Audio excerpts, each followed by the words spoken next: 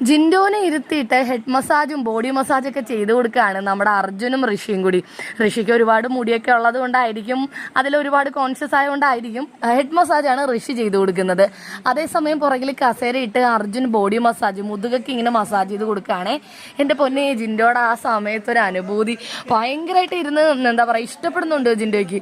നമ്മൾ ഇതുപോലെ എല്ലാം അങ്ങോട്ടും ഇങ്ങോട്ടും സഹകരിച്ച് ചെയ്തിരുന്നെങ്കിൽ എത്ര നന്നായനല്ലേ, എന്ത് സുഖായനല്ലേ എന്നൊക്കെ ജിൻഡോ പറയുന്നുണ്ട് കേട്ടോ.